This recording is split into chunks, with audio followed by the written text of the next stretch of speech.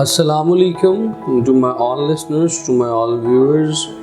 आज हम एक बहुत इम्पॉर्टेंट मैटर को डिस्कस करने के लिए यहाँ पे जमा हुए हैं, इकट्ठे हुए हैं। हमारी ज़िंदगी में नाकामी की एक बहुत बड़ी वजह आई कैंट है। मैं नहीं कर सकता, मैं नहीं कर सकती, ये एक जुमला हमें हमारे मकसद से, हमारे गोल और ऑब्जेक्टिव से बहुत दूर ले जाके फेंक देता है।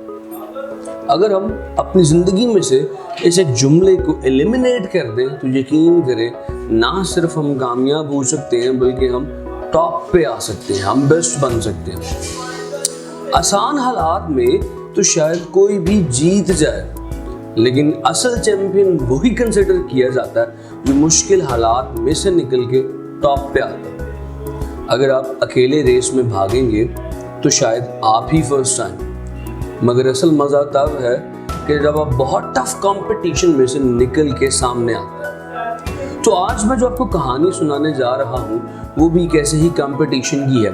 1938 में हंगेरियन आर्मी के एक सोल्जर किया। Hungary was a country. That soldier was Karoly Takacs. Karoly Takacs नाम था उस शख्स का। वो बहुत अच्छा पिस्टल शूटर था, निशानेबाजी का मुजाहरा किया करता था और निशानेबाजी के बहुत कमाल के जौहर दिखाया करता था। इस कदर कमाल के जौहर दिखाया करता था कि उसके यूनिट के उसके दोस्त और उसके सर्कल के उसके अहबाब उसे बेस्ट मानते थे। वो ये कहते थे कि शायद इससे बेहतर शूटर हमारे पूरे मुल्क में नहीं है। मगर कैरले यहाँ पे स्टैग्नैटिक, यहाँ पे कंटेंडेड नहीं था। वो चाहता था कि अपने शूटिंग हैंड को, इस हाथ को जिससे वो शूट किया करता, पूरी दुनिया का सबसे बेस्ट शूटिंग हैंड बनाए। ये उसका ड्रीम, ये उसका जज्बा, ये उसका गोल, ये उसका ऑब्जेक्टिव, ये उसका मकसद था। तो लिहाजा पूरी दुनिया का बेस्ट हैंड बनाने के लिए उसे पूरी दुनिया के साथ मुकाबला लड़ना था, पूरी दुनिया के साथ कंपटीशन करना था। तो 2 साल बाद होने वाली ओलंपिक्स के लिए उसने अपने सारे के सारे फोकस को इकट्ठा किया। 1940 में ओलंपिक्स होनी थी। 1938 में ही उसके साथ एक ट्रेजेडी हो गई। ट्रेजेडी क्या हुई? उसका वो हाथ जिसे वो बेस्ट बनाना चाहता था, दर हकीकत उसका बेस्ट हैंड उसमें ग्रेनेड चल गया। He lost his hand. He lost his objective. कैसा हुआ? क्या करता? इतना बड़ा बम उसके ऊपर गिरा, क्या करता? क्या रोना शुरू कर देता? क्या अपने सिस्टम को कोसना शुरू कर देता? क्या क्विट कर देता? क्या उस सिस्टम में जिसमें उसके साथ इतना बड़ा धोखा, इतनी बड़ी ज्यादती होगी, क्या उस सिस्टम को कोसना शुरू कर देता? नहीं, ये कमज़ोर लोगों का पेशा है। हमेशा बहादुर लोग कोसते या रोते या क्विट नहीं करते, खुदकुशी नहीं करते। बहादुर लोग अपने एम के साथ, अपने गोल के साथ स्टिक किए रहते हैं, जुड़े रहते हैं, लड़ते रहते हैं। उसने भी यही करने का सोचा। He stuck to his goal। उसका गोल था अपने हाथ को बेस्ट हैंड बनाना। वो बेशक अपना बेस्ट हैंड खो चुका था, मगर उसके पास एक हाथ, एक ऑप्शन बची थी। 1 महीना उसका ट्रीटमेंट हुआ और उस 1 महीने के बाद जैसे ही वो अस्पताल से डिस्चार्ज हुआ, उसने अपनी प्रैक्टिस शुरू कर दी। उसके पास वो हाथ बचा था जिससे वो शायद लिख भी नहीं सकता था। उसने उस हाथ से प्रैक्टिस शुरू कर दी। 6 महीने टिका के प्रैक्टिस की। 6 महीने के बाद 1939 में एक नेशनल चैंपियनशिप हुई होंगे हंगरी में। नेशनल चैंपियनशिप मींस कौमी लेवल की, कंट्री लेवल की चैंपियनशिप हुई। जितने भी कॉम्पिटिटर्स वहाँ मौजूद थे वो कैरली को देख के बहुत हैरान हुए, बहुत खुश हुए। उसे कहने लगे, वाह यार, ये स्पोर्ट्समैन स्पिरिट है, तुम्हारे साथ इतना कुछ हो गया, तुम्हारा इतना बड़ा लॉस हो गया, तुम आज फिर हमें दोबारा चेयर करने के लिए आए हो। वो लोग ये नहीं जानते थे कि कैरले मेहनत कर रहा है, प्रैक्टिस कर रहा है। वो उन्हें चेयर करने के लिए, सपोर्ट करने के लिए नहीं आया, बल्कि उनका मुकाबला करने के लिए आया। मुकाबला शुरू हुआ और आप सब जानते हैं क्या हुआ। कैरले जीत गया। नेशनल लेवल की, एक कंट्री लेवल की चैंपियनशिप शूटिंग की कैरले टकास जीत गया एक हाथ के साथ। शोहरत भी मिल गई, फेम भी मिल गया, पैसा भी यकीनन मिल गया, टाइटल भी मिल गया। क्या करता? यहाँ पे क्विट कर देता, छोड़ देता कि यार मुझे बहुत सारी चीज़ें मिल तो गई हैं, लेकिन नहीं, उसका एम, उसके सीने में तपती हुई, भड़कती हुई आग थी कि अपने हाथ को best hand of the world बनाना। 1 साल बाद 1940 आया। 1940 में ओलंपिक्स की तैयारी कर रहा था। 1940 का ओलंपिक्स कैंसिल हो गया because of the world war. उसके ऊपर एक और बम गिरा, पहले हाथ खो दिया, फिर दोबारा वो अपॉर्चुनिटी खो दी जिस अपॉर्चुनिटी में से निकल के उसने अपने हाथ को बेस्ट बनाना था।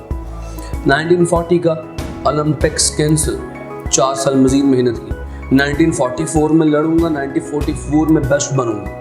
1944 आया, world war was continued, another Olympics was cancelled, फिर कैंसिल हो गया। 4 साल फिर ये ख्वाब मुकम्मल नहीं हो सका। 1948 के ओलंपिक्स के लिए तैयारी की, 4 साल मजीद मेहनत की।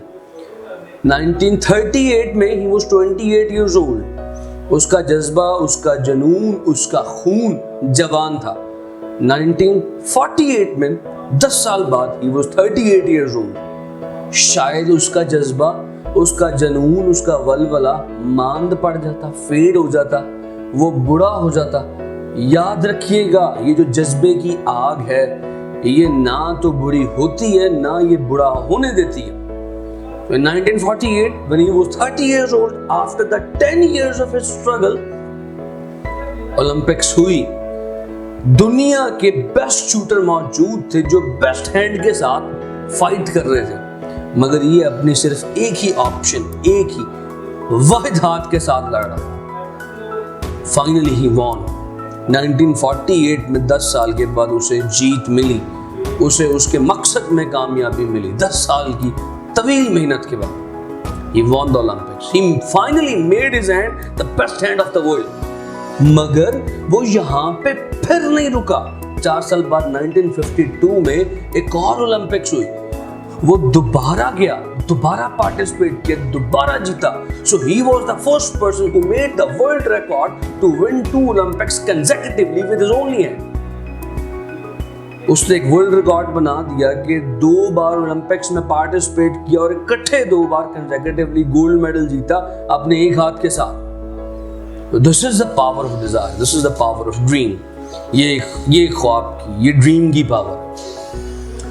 हमारे बच्चों के साथ भी ये बहुत दफा प्रॉब्लम हो जाती है। किसी का लेट से एम है चार्टर्ड अकाउंटेंट बनना, किसी का एम है मैंने MBBS BDS करना है, डॉक्टर बनना, सर्जन बनना, न्यूरो सर्जन बनना, इंजीनियर बनना, मगर किसी सर्कमस्टांसेस की वजह से, किसी ट्रेजेडी की वजह से, किसी भी बुरी अनहोनी की वजह से वो अपने इंटरमीडिएट में मार्क्स नहीं ले पाता। क्या करे? रोने लग जाए, क्विट कर दे, कोसना शुरू कर दे अपने सिस्टम को। क्या अपना एम बदले? नहीं।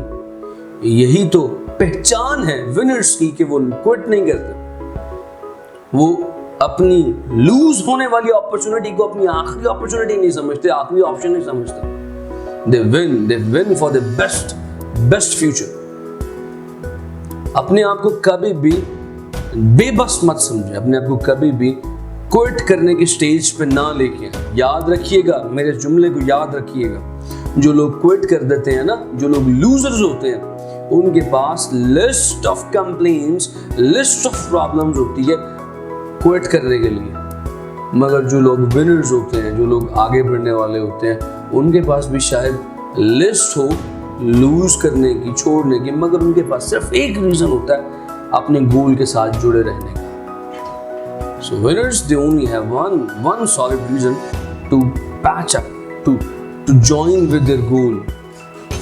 कभी भी लिस्ट ऑफ कंप्लेंट्स की वजह से अपने ट्रैक से मत हटिएगा। मेरी दुआ है कि अल्लाह पाक आप लोगों को इस मैदान में, इस इम्तिहान में भी कामयाबी दे और आगे आने वाले ज़िंदगी के हर मैदान, हर इम्तिहान में कामयाबी दे। Thank you so much. अल्लाह हाफ़िज़।